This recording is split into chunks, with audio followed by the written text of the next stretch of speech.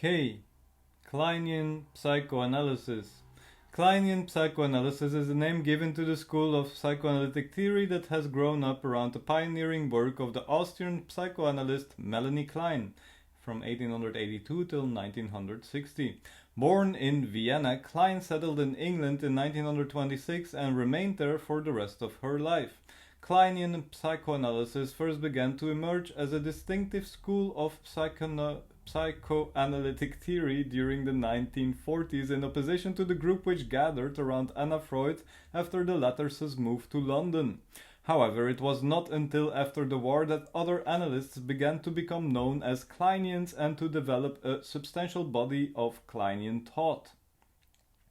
These analysts include Hanna Segal, Herbert Rosenfeld, Wilfried Bion, and later Donald Meltzer.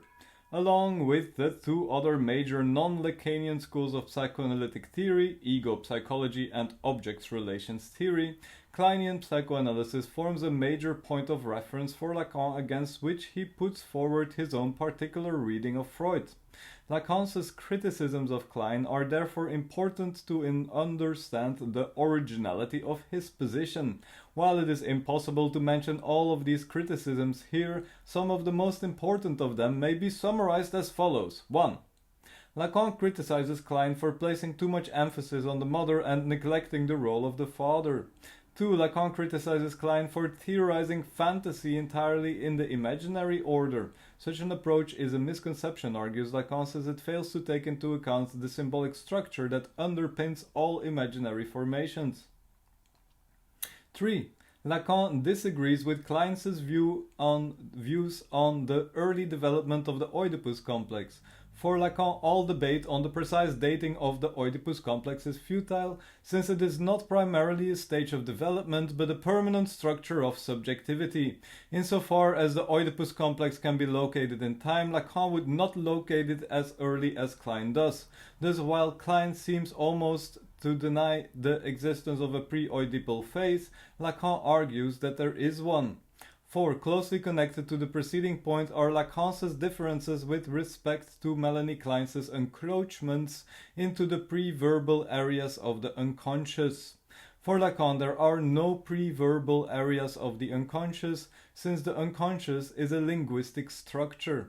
5. Lacan criticizes Klein's interpretative style as being particularly brutal. In reference to the young patient, Dick, whom Klein discusses in her paper on symbol formation, Lacan remarks that she slams the symbolism on him with complete brutality. However, to portray Lacan as entirely critical of Klein would be to oversimplify the matter, for while Lacan's disagreements with Kleinian psychoanalysis are at least as great as his disagreements with ego psychology and object relations theory, his comments on Klein are not characterized by the same dismissive tone which is evident in his acerbic criticisms of analysts from these other two schools. He certainly regards it as superior to ego psychology and praises Ernest Jones for taking sides with Melanie Klein against Anna Freud. He also states that Melanie Klein is certainly more faithful to Freud than Anna Freud regarding the theory of transference. In his pre-1950 writings, there are many allusions to Klein's work on the mother-child relationship and the various imagos that operate in fantasy. After 1950, Lacan praises Klein for emphasizing the importance of the death drive in psychoanalytic theory, though his own way of conceiving the death drive differs markedly from Klein's, and for developing the concept of the part object. Though once again Lacan's formulations on this concept differ greatly from Klein's. Knowledge. Connaissance, savoir. Lacan distinguishes between two kinds of knowledge: imaginary knowledge, connaissance, which is knowledge of the ego, and symbolic knowledge, savoir, which is knowledge of the subject. Since both of these French terms are translated by the single English word knowledge, it is important when reading Lacan in translation to be aware of which French word Lacan uses in the original text. Savoir is the kind of knowledge which psychoanalytic treatment aims at. It is both knowledge of the subject's relation to the symbolic order and also that relation itself.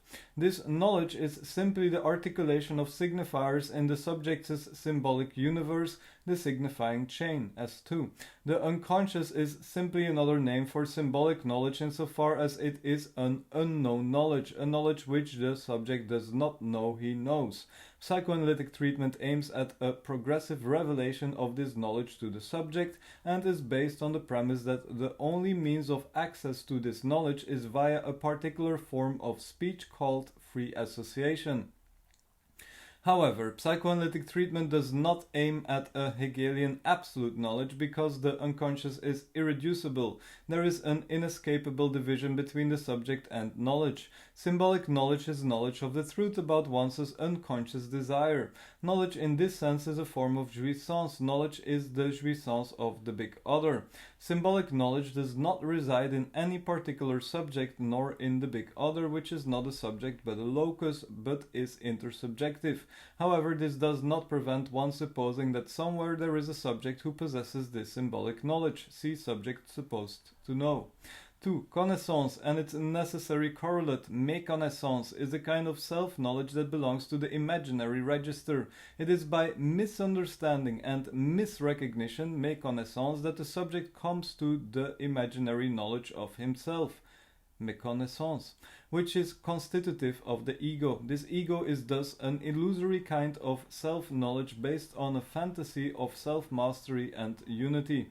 There is also co-birth, co-naissance of the ego and the other, a reference to Claudel's formula, toute naissance est une co-naissance. Imaginary knowledge is called paranoid knowledge by Lacan, because it has the same structure as paranoia. Both involve a delusion of absolute knowledge and mastery, and because one of the preconditions of all human knowledge is the paranoid alienation of the ego, imaginary knowledge is an obstacle which hinders the subject's access to the symbolic knowledge.